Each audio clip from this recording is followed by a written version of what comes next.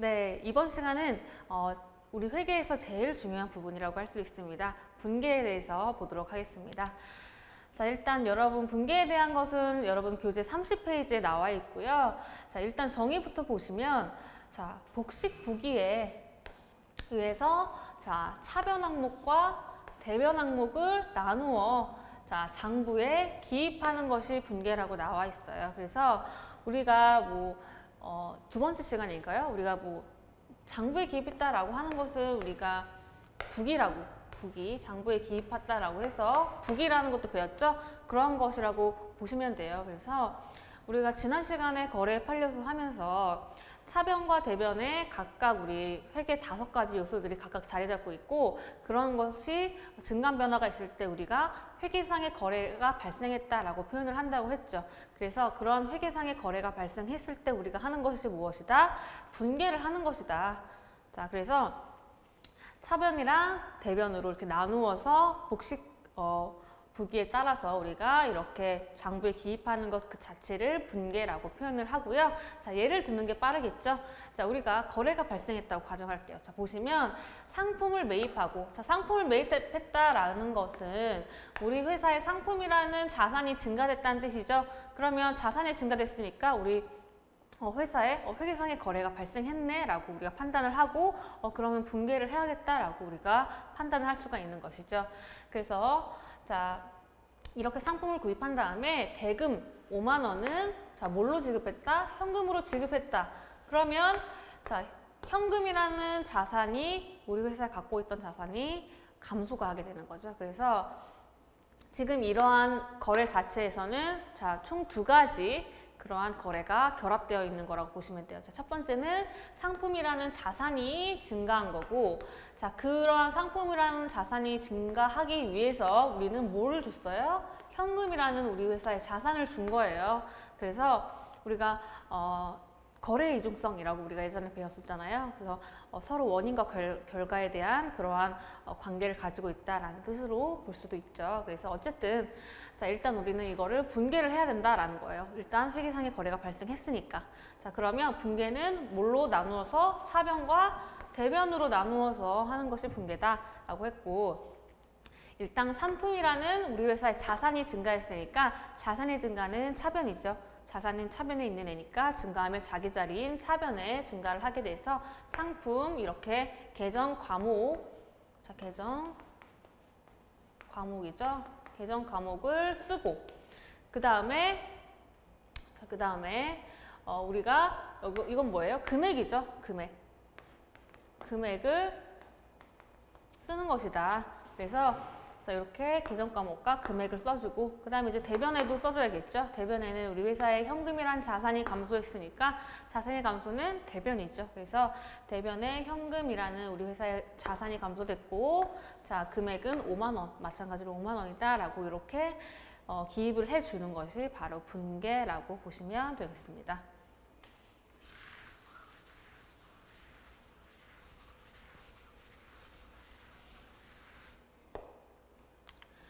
자, 우리가 분계에 대해서 본격적으로 분계 연습을 하기 전에 여러분들이 조금 헷갈려 하시는 부분들을 정리를 하고 넘어가도록 할 건데요. 자, 31페이지 보시면 수표와 어음이라고 해서 나와 있어요. 우리가 여러 가지 거래를 함에 있어서 자, 요즘에는 현금 거래 잘 안 하죠. 요즘에는 수표를 발행하거나 또는 어음을 발행해서 조금 더 거래를 편리하게 하는 그런 경우가 굉장히 많죠. 그래서 그러한 것들을 우리가 분계로 하기 위해서는 이렇게 수표나 어음으로 거래를 했을 때 우리가 어떠한 계정을 쓰는지 그런 것들을 여러분들이 정리를 하셔야 됩니다. 자, 일단 먼저 수표를 우리가 발행하거나 또는 받았을 때 어떻게 회계 처리를 하는지 정리부터 해보도록 할게요. 자, 우리가 수표라는 거는 2가지로 나눕니다. 우리 회사가 발행한 수표 또는 우리 회사가 아닌 나머지 타인이 발행한 수표 해서 총 2가지로 나누어요. 그래서 우리 회사가 수표를 발행했다라고 하는 것을 뭐라고 부르냐면 자, 당사 발행 수표라고 부릅니다.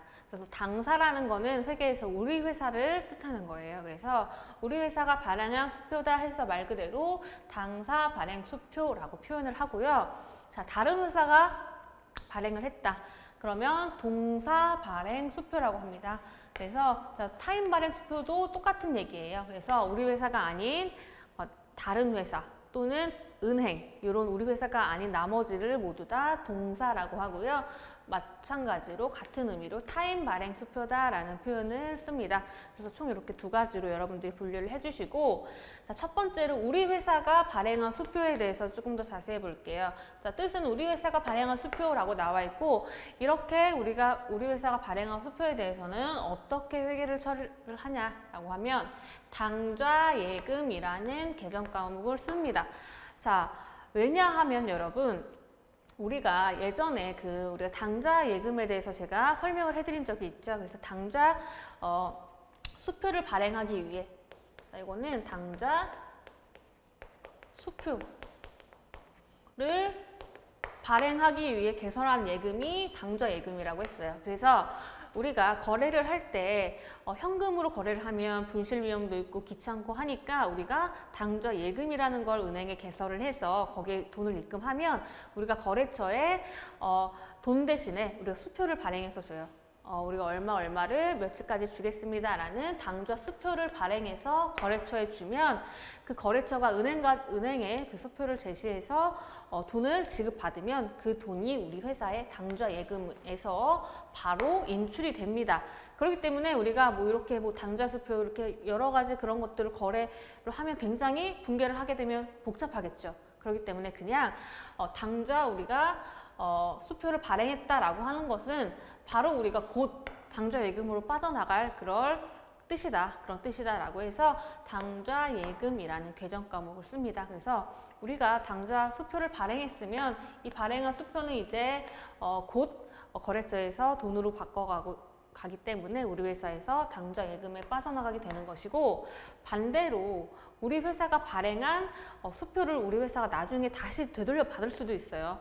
그런 경우에는 그런 경우도 마찬가지로 우리 회사의 당좌 예금으로 입금이 되기 때문에 당좌 수표를 받은 경우도 당좌 예금의 증가로 처리를 합니다. 그래서 무조건 우리 회사가 발행한 수표를 회계 처리할 때는 당좌 예금이라는 계정 과목을 씁니다. 수표를 지급했던지 또는 받았든지 상관없이 무조건 당좌 예금이다 라고 여러분들이 정리를 해주시고요. 자, 반면에 우리 회사가 아닌 동사, 즉 타인 발행 수표에 대해서는 어떻게 회계 처리를 하냐. 자, 무조건 현금이에요. 자, 현금이에요. 그래서 자, 우리 회사가 물건값을 받을 게 있는데 그거를 타인 발행 수표 또는 동사 발행 수표, 즉 우리 회사가 아닌 다른 사람이 발행한 수표를 받았다라고 하는 경우, 자, 현금을 받았다라고 처리를 합니다. 자, 뿐만 아니라 여러분들 자기압 수표라고 여러분들 들어보셨어요? 자, 자기압 수표라는 거는 자, 어디에 해당하냐면 우리 회사가 발행한 거 아닙니다. 이거는 은행이 발행한 거예요. 은행이 발행한 수표를 자기압 수표라고 얘기하거든요. 그래서 자, 은행이 발행했다라고 하면 당연히 자, 동사 발행 수표 또는 타인 발행 수표라고 표현할 수가 있죠. 자, 이것도 마찬가지로 자기압 수표도 현금으로 회계 처리를 합니다. 그래서 우리 회사가 아닌 모든 다른 수표들은 모두 다 현금으로 처리를 하게 된다라는 거 여러분들이 꼭 정리를 해주셔야 됩니다.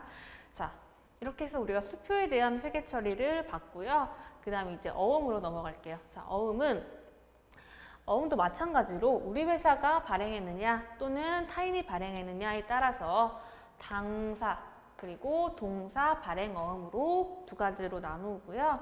자, 당사 발행 어음부터 한번 볼게요. 자, 상품이나 원재료를 매입하고, 자, 여기서 매입이라는 개념이 나와요. 그래서 매입하고 우리 회사가 발행한 어음이에요. 자, 요거 우리가 많이 봤죠? 자, 어디서 봤어요? 우리 회사의 부채. 우리가 부채에 대한 계정 과목 쭉 얘기할 때 지급 어음이라는 계정 과목도 있었습니다. 자, 요건 뭐냐면 우리가 주요 이런 상품들 있잖아요.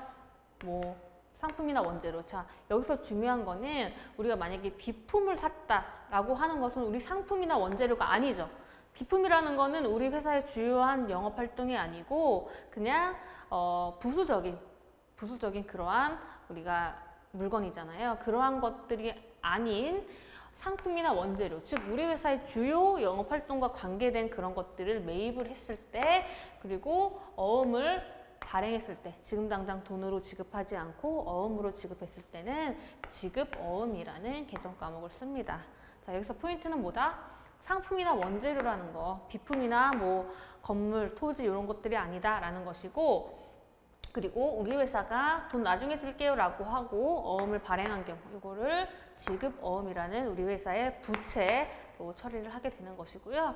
자, 그 다음 반면에 우리 회사가 아닌 타인, 즉 다른 거래처가 발행한 어음이 있습니다. 자, 보시면 상품, 제품을 판매한, 자, 요거는 판매라는 얘기가 나오죠. 판매한 다른 회사가, 우리 회사가 아닌 다른 회사가 발행한 어음이에요. 그래서 요거는 우리 지급어음과 반대되는 경우라고 보시면 돼요. 자, 요거는 우리가 돈 줄 거를 대신해서 어음을 지급한 거고, 자, 요거는 우리가 돈을 받아야 돼요. 그래서 우리가 돈을 받을 때 받을 어음이라는 것을, 자, 우리 회사의 자산, 자, 요거는 우리가 부채였다면, 자, 요거는 우리 회사의 자산이죠. 그래서 우리가 물건을 판매했어요. 우리가 물건을 판매하고 거래처 회사가 우리한테 돈을 줘야 되는데 돈 대신에 어음을 줄게요 라고 해서 우리가 어음을 받았어요. 그런 경우 받을 어음이라는 우리 회사의 자산으로 회계 처리를 하게 되는 것이죠. 자, 요거를 지급어음, 받을어음 요거 구분 여러분들 하시면 되겠습니다. 그래서 자, 이렇게 어음과 수표에 대한 것은 정리를 해주시고요.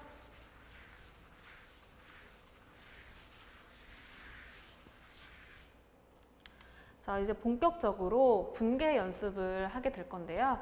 여러분 분계 연습이 굉장히 중요합니다. 왜냐하면 우리가 이제 어쨌든 회계 원리라는 과목을 배우는 건데, 어쨌든 회계 원리뿐만 아니라 모든 회계를 앞으로 어떤 어려운 회계를 배우시던지 가장 기본이 되는 것이 우리 분계이기 때문에 여러분들이 연습을 많이 하셔야 돼요. 그래서 어떻게 연습을 하셔야 된다라고 물어보시면 직접 여러분들이 이제 손으로 차변대변해서 이렇게 나누어서 손으로 직접 분계를 해보셔야 되는 부분이에요. 그래서 여러분들이 분계라는 것은 조금 생소하게 느끼시는 그런 부분이기 때문에 직접 여러분들이 쓰면서 연습하는 것이 굉장히 중요하다라고 보시면 되겠습니다. 자, 첫 번째 보시면, 자, 상품을 매입하고, 자, 대금 8만 원은 보통 예금에서 이체하다라고 이러한 문장에 나와 있죠. 그렇다면 우리가 가장 첫 번째로 해야 되는 게, 자, 요게 우리 회계상의 거래에 해당하느냐, 그거부터 먼저 판단을 해야겠죠. 자, 근데 그거는 이제 바로바로 나오죠. 상품을 매입했네? 요거 보자마자 여러분들이 이거 회계상의 거래다. 즉 자산부채 자본, 비용수익 요게 증감 변화가 있다라는 것이 판단이 되시는 거죠. 자, 그렇게 판단이 됐다면 이제 뭘 해야 된다? 분계를 해야 된다라는 것입니다. 자, 일단 우리가 쉬운 거부터 할게요. 쉬운 거부터. 자, 상품을 매입했다라고 했죠. 자, 그러면 상품이라는 우리 회사에 뭐가 증가돼요? 우리 회사에 자산이 증가됩니다. 상품이라는 건 우리 회사의 자산이죠. 그래서 자산은 차변에 있는 애다. 그래서 자산이 증가했으면 자기 자리인 차변에서 증가를 하게 되는 것이죠.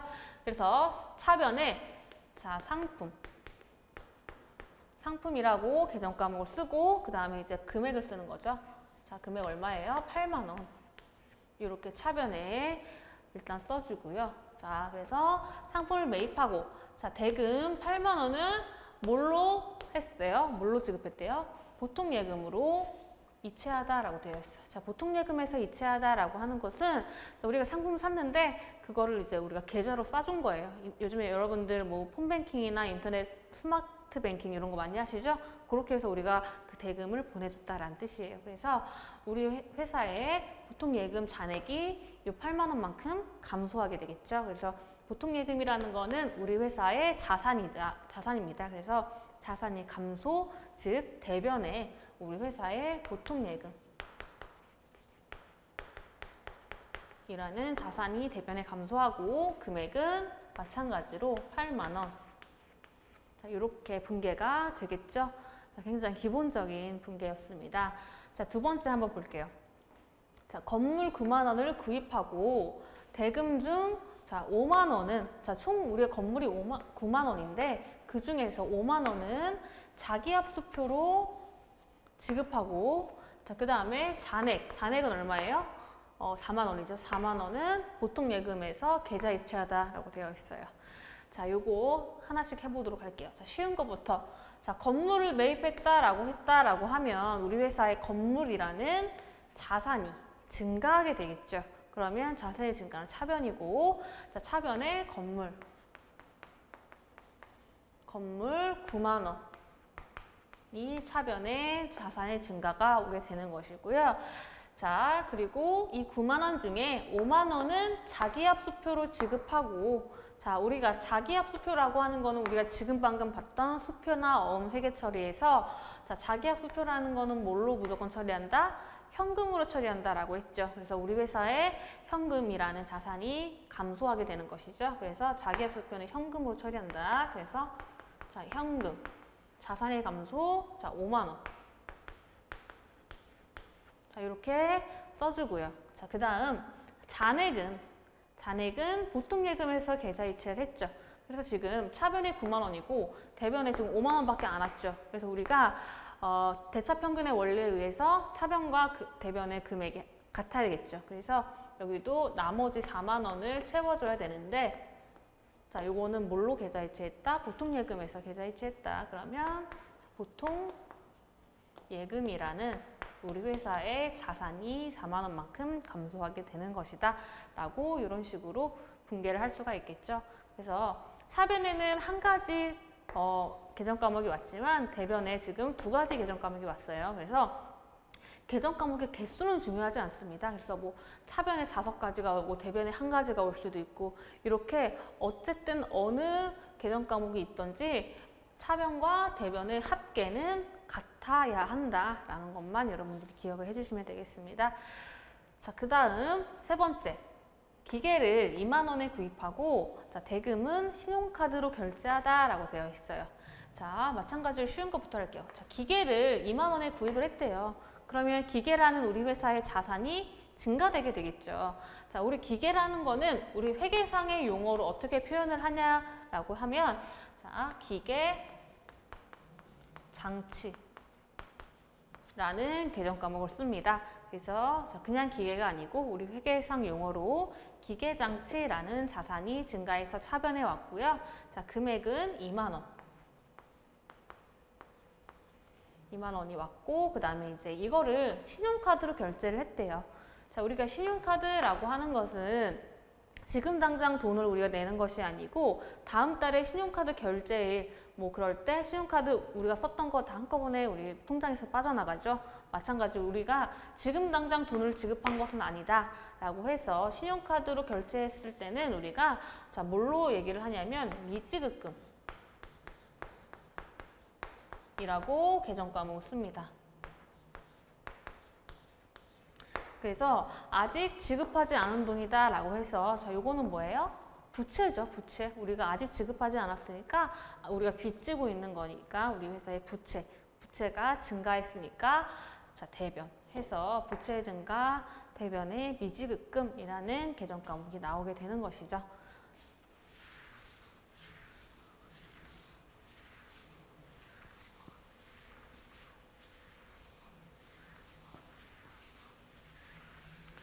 자, 우리 이어서 또 분개 연습도 해보도록 할게요. 자, 상품을 10만 원에 매출하고 타임 발행 수표로 봤다라고 되어 있습니다. 자, 보시면 상품을 매출했대요. 상품을 10만 원에 매출했대요. 그러면 우리 매출했다라고 하는 것은 우리 회사에 수익이 발생한 거예요. 그래서 상품을 판매하고 매출했으면 우리가 상품 매출이라는 수익의 발생, 자, 수익이라는 거는 대변 자리에 있는 아이죠. 그래서 수익이 발생했다라고 하면 대변에 수익 계정 과목이 오게 됩니다. 그래서 대변에 상품 매출이라는 계정 과목, 즉 수익의 발생이 오고요. 자, 금액 10만 원. 자, 이렇게 써주시고, 자, 요거를 우리가 매출했는데 그걸 뭘로 받았다? 타인 발행 수표로 받았다라고 했어요. 자, 우리가 어음과 수표에서 한번 봤었죠. 자, 수표라는 거 타인 발행 수표다라고 하면 무조건 뭘로 처리한다? 현금으로 처리한다라고 했죠. 그래서 차변에 현금 10만 원. 자, 이렇게 자산의 증가로 해서 차변에 현금이 오게 됩니다. 자, 이렇게 했고요. 자, 그 다음. 자, 상품을 6만 원에 매출하고 대금 중 3만 원은 어음을 수취하고, 자, 그 다음 잔액은 외상으로 하다라고 했어요. 자, 이것도 마찬가지로 지금 상품을 매출했죠. 그래서 우리가 상품을 매출했다 그러면 마찬가지로 대변에 수익의 발생, 상품 매출 6만 원 이렇게 되는 것이고, 그 다음에 대금 중에 자 3만 원은 어음을 수취했대요. 우리가 상품을 매출하고 돈 지금 받지 않고 지금 거래처에서 나중에 줄게요 라고 해서 어음을 우리한테 발행해서 우리가 받은 거예요. 그러면 요거는 우리 회사에 받을 어음이라는 자산이 증가된 거죠. 그래서 차변에 받을 어음이라는 우리 회사의 자산이 증가됐고요. 자, 금액은 3만 원 이렇게 해서 오고요. 자, 그리고 잔액은 외상으로 하다라고 했어요. 그래서 잔액은 우리 돈 나중에 줄게요 라고 하고 그냥 말만 들은 거예요. 자, 이런 경우는 뭐다? 자, 외상 매출금 이라는 우리 회사의 자산이다 라고 이렇게 표현을 합니다. 어떤 차이인지 아시겠죠? 우리가 상품을 매출하고 지금 당장 돈 받지 않았다라고 해서 거래처한테 지금 어음을 받을 수가 있고요. 첫 번째 어음을 우리가 받을 수도 있고, 두 번째 그냥 아무것도 없이 그냥 말로만 다음에 줄게요 라고만 우리가 들을 수도 있다. 자, 이런 경우 이 두 가지를 우리가 뭘로 한다고 했죠? 뭘로 얘기한다? 매출 채권, 매출 채권이라고 표현한다. 이 두 가지를. 여러분 기억나시죠? 자, 기억나실 거예요. 그래서 이런 식으로 우리가 회계 처리를 했고요. 자, 그 다음 상품 6만 원을 매입하고, 자, 대금은 약속어음을 발행하여 지급하다라고 되어 있죠. 자, 지금 상품을 매입했어요. 상품을 매입했어요. 그러면 상품이라는 우리 회사의 자산이 증가하게 되겠죠. 그래서 차변에 상품, 자, 6만 원 이렇게 오게 되고, 그 다음에 대금은 약속 어음을 발행하여 지급하다. 지금 우리가 어음을 발행했어요. 자, 누가 발행했어요? 우리 회사가 발행한 거죠. 우리 회사가 어음을 발행했다. 상품 또는 원재료 같은 것을 우리가 매입하고, 자, 나중에 줄게요 라고 해서 어음을 이렇게 써서 우리가 발행을 했다라고 하면 우리 회사에 지급 어음이라는 부채가 증가하게 되는 것입니다. 그래서 지급업 6만 원 이렇게 우리가 분개를 할 수가 있겠죠. 그래서 자, 우리가 지금 거래처한테 돈 받을 거 있어요 라고 하는 것은 받을 어음이고, 반대로 우리가 거래처에 돈 지급할 게 있어요 그러면 지급어음이라는 부채가 대변에 오게 되는 이 차이점 아시겠죠? 그래서 이렇게 분개를 해주시면 되고요.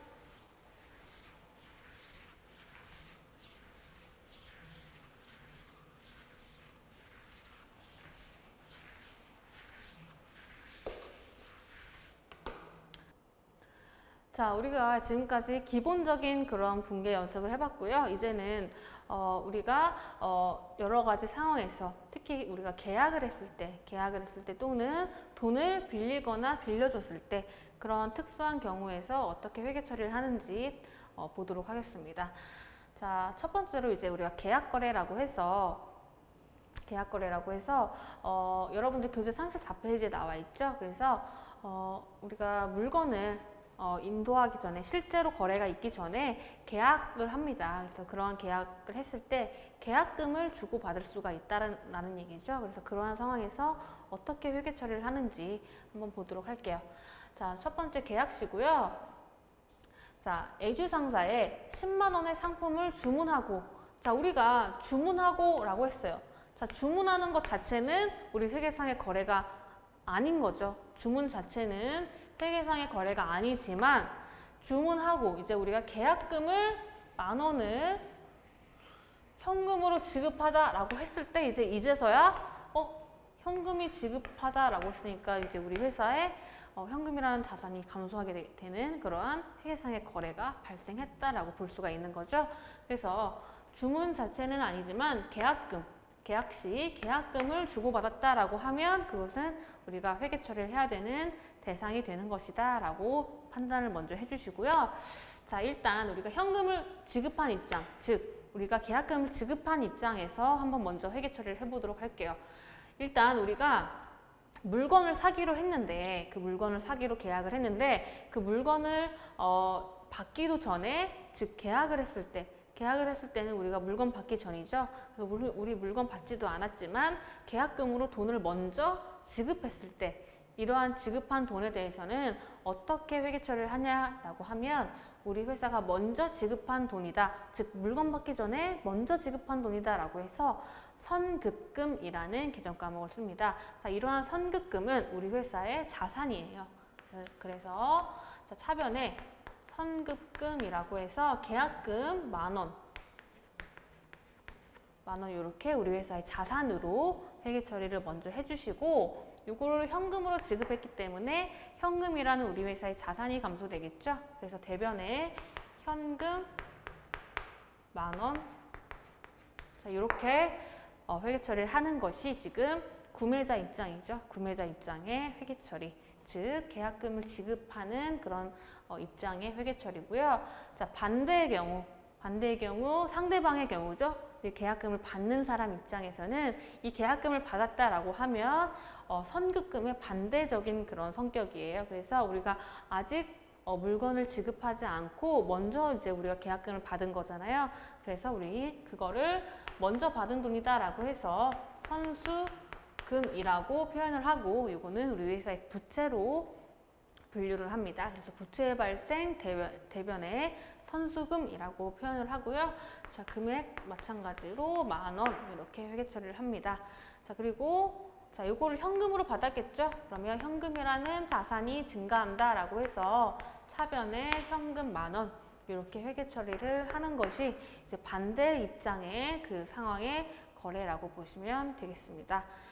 자, 이제 이렇게 이제 우리가 계약을 하고 나서 이제 정말로 상품을 인도받는 그런 실제 거래가 일어난 그 시점에서는 어떻게 회계 처리를 하는지 한번 보도록 할게요.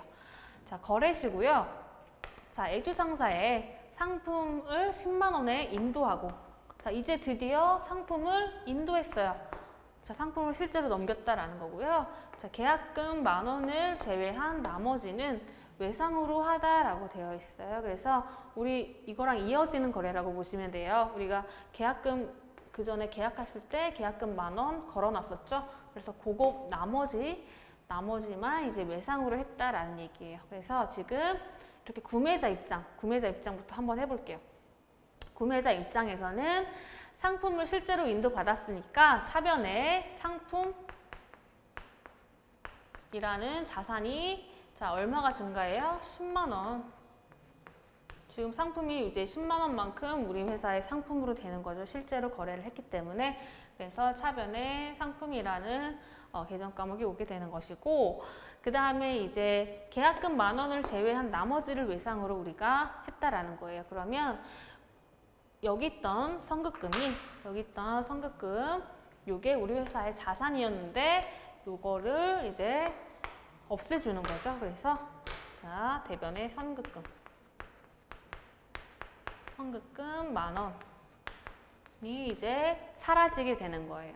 사라지게 되고 그 나머지 얼마? 9만 원. 이거를 외상으로 했다라고 했어요. 외상 매입금. 외상 매입금이라는 부채가 증가하게 되겠죠. 그래서 선급금이라는 우리 회사의 계약금, 그거를 이제 자산이 감소로 처리를 해주는 거고 나머지를 이제 외상 매입금이라는 부채의 증가로 회계 처리를 하는 것입니다. 자, 이렇게 했고요. 자, 그 다음 이제 상대편 입장에서는 우리가 이제 상대편 입장은 상품을 이제 판 경우죠. 상품을 판 경우죠. 그런 경우에 상대편은 대변에 상품 매출이라는 수익의 발생이 오게 되는 것이고, 이거는 금액이 10만 원 이렇게 됐죠. 그래서 상대편 입장에서는 상품을 넘기는 거기 때문에 상품 매출이라는 수익의 발생으로 10만 원이 오게 되는 것이고요. 차변은 우리가 먼저 받은 돈, 즉 계약금이죠. 계약금 요게 없어지게 되는 거죠. 그래서 선수금 이라는 우리 부채가 10,000원만큼 없어지고요. 이제 나머지 9만 원은 뭐다? 우리가 외상으로 매출한 거죠. 외상 매출금 이라는 우리 회사의 자산으로 나머지가 이제 차변에 오게 되는 것입니다. 그래서 자, 이런 식으로 이제 실제로 거래했을 때는 먼저 지급한 돈이 없어지고 또 먼저 받은 돈이 이렇게 없어지는 이러한 구조가 있다라고 여러분들이 정리를 해주시면 되겠습니다.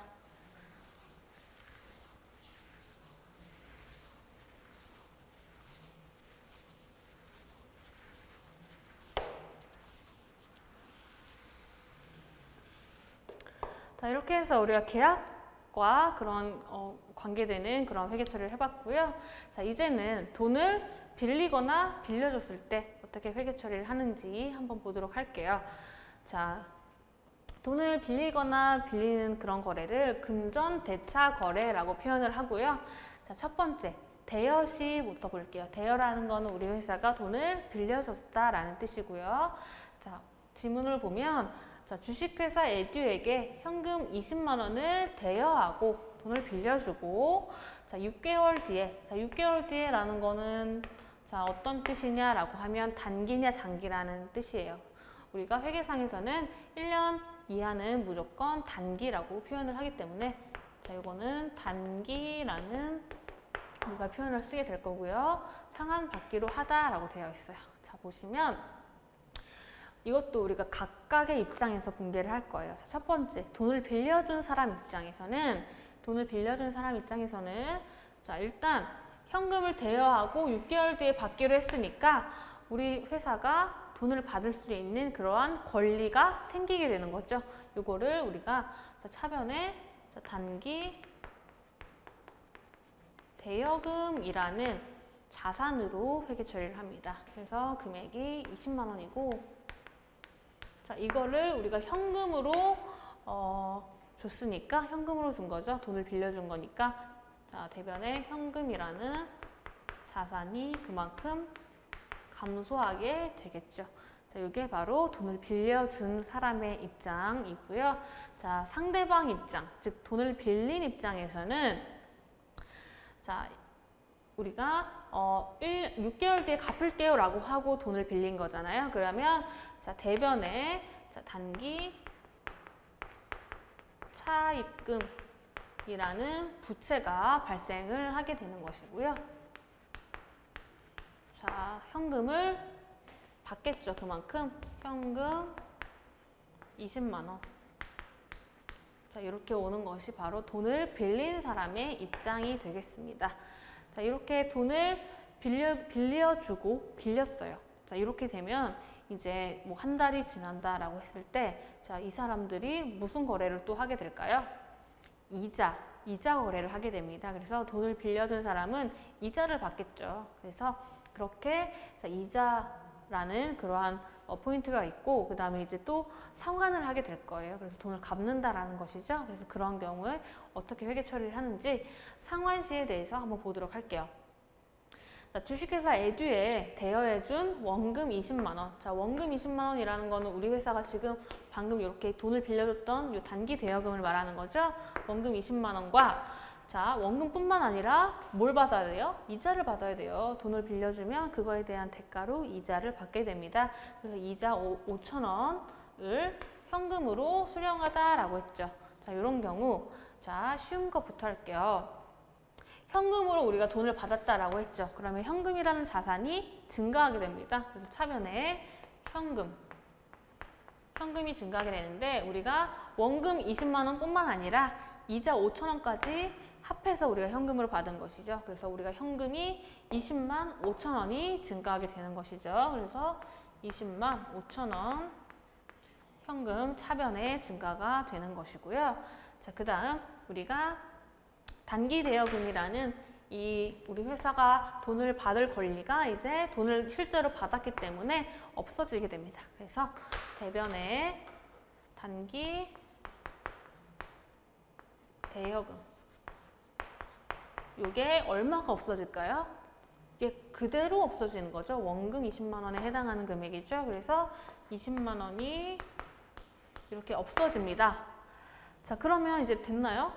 지금 차변에는 20만 5천 원이고 그 다음에 이제 대변에는 같은 금액이 와야 되는데 지금 20만 원밖에 안 왔죠. 그러면 5천 원이 와야 돼요.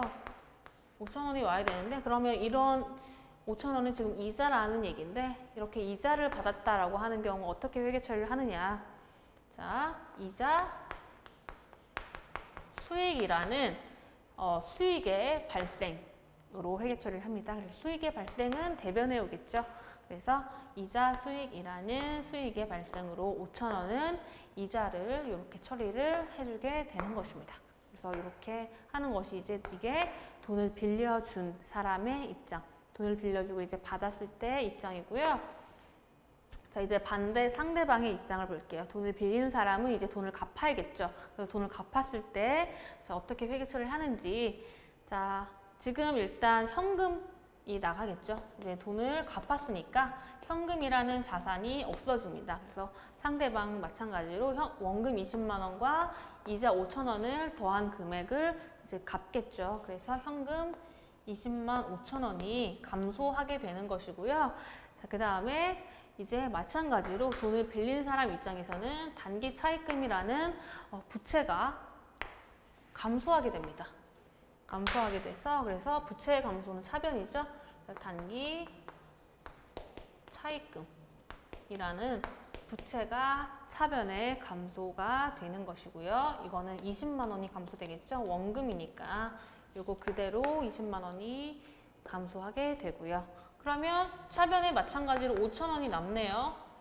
이런 경우 자, 우리가 이자를 지급한 그런 경우가 되겠죠. 그래서 이자를 지급했다라고 했을 때는 이자 비용이라는 비용의 발생으로 차변에 회계 처리가 됩니다. 그래서 이제 돈을 빌린 사람 입장이 이제 갚았다라고 하는 경우에는 이렇게 자, 이렇게 회계 처리가 되는 것이죠. 자, 이렇게 해서 우리가 각각의 입장에 대해서 이제 돈을 빌린 사람, 빌려준 사람, 그리고 첫 번째 돈을 빌렸을 때, 그리고 이제 이자랑 원금 상환했을 때 그렇게 상황에 따라서 나누어서 분계를 정리를 해봤습니다. 자, 요거는 이제 여러분들이 지금 보고서는 이제 그냥 아 이렇구나라고 알 수는 있지만 실제로 이제 손으로 분계해 보세요라고 하면 조금 이제 막상 분계가 안 되는 그런 경우도 많거든요. 그래서 여러분들이 직접 여러분들이 연습장을 이용을 해서 꼭 반드시 책에 있는 그런 예제들 분계 여러 번 이렇게 연습을 해 주셨으면 좋겠습니다. 네, 수고하셨고요. 다음 시간에 뵙도록 하겠습니다.